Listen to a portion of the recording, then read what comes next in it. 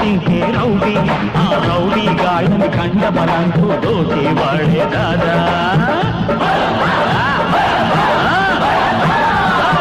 దాదా గాళ్ళని మజ్జిగ చేసి ఆడిస్తే డెంబాసు, ఆ డెంబాసుని తలదన్నే దమ్ము ఉన్నాడే బిగ్ బాసు.